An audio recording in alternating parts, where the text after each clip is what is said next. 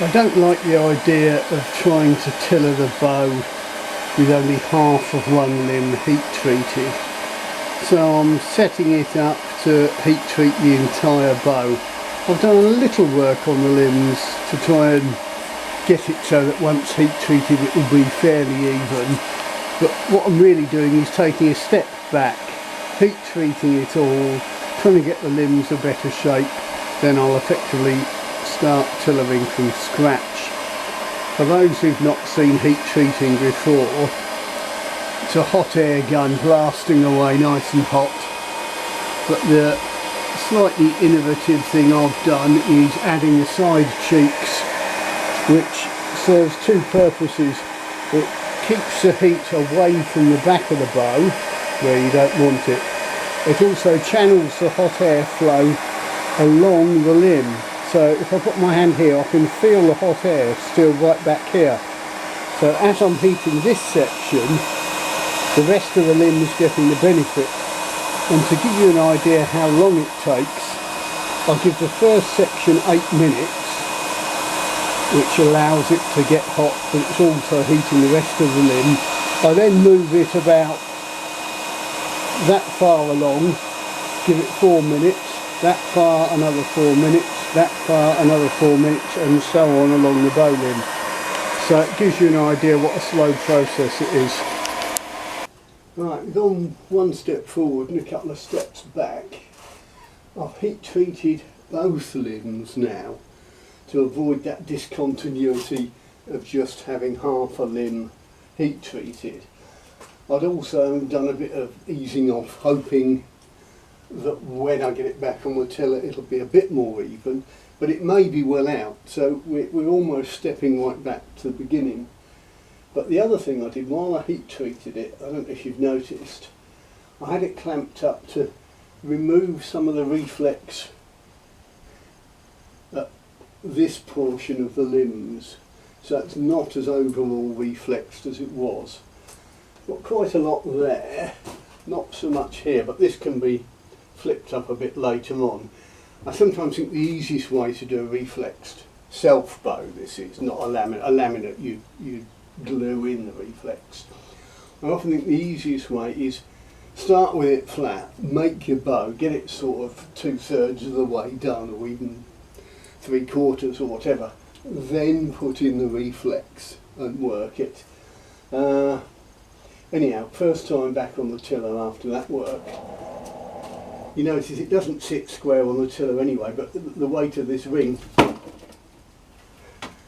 the weight of that ring makes a big difference, so don't worry about that too much. Back to the slack string, I'll pull it fairly centrally because I'm not actually sure which will be the top limb in the finished bow. Yeah, I've got to get some tension on there, else she'll try and flip. But let's have a look.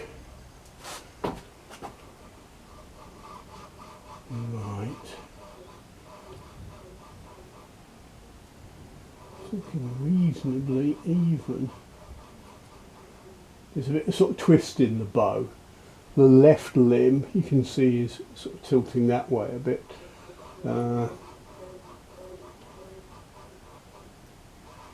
There's 50 pound at 19. That's not looking bad actually. I think it's looking slightly stiff here.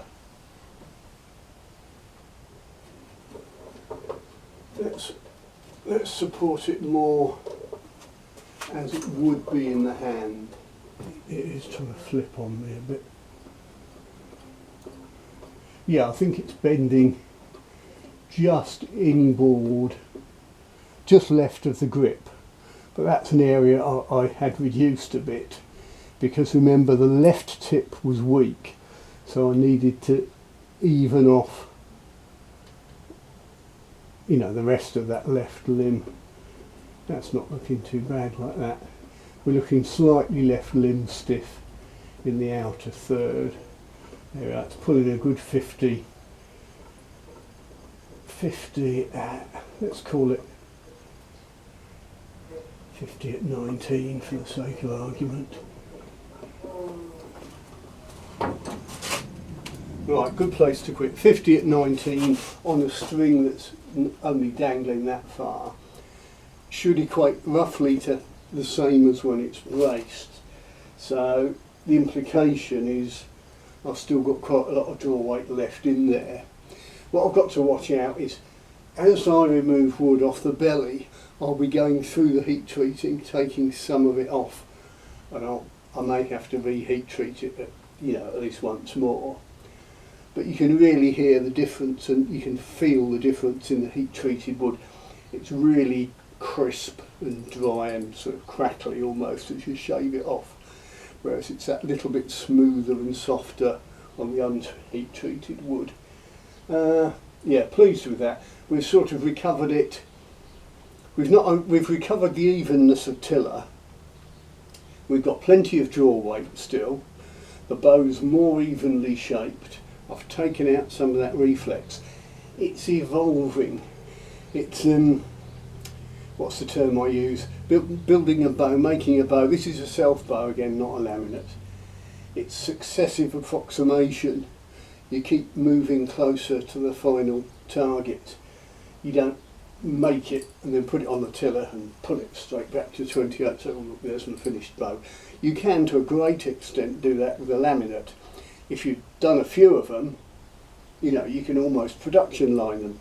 And some of the guys, I know some of the guys who make bows, professionally as their business, and yes, they've got to do that. They've got to mass produce them, but where they get their fun, well, obviously they enjoy doing it, else they wouldn't be doing it. But what they can play with is different laminations. They can make forms with different amounts of recurve or reflex. They can try different stuff, and they can experiment and then make a run of bows, see what it does, try different designs. It's the same thing, but they're just attacking it from a different angle and for a different purpose. I enjoy working with weird, wonky wood and making something slightly different. They're experimenting to try and push the materials to sort of the best reliable performance, because if you're selling bows you don't want them coming back as exploded, and so I wouldn't want people to think I denigrate laminated bows or board bows. It's just a different aspect of the same skill set, if you like.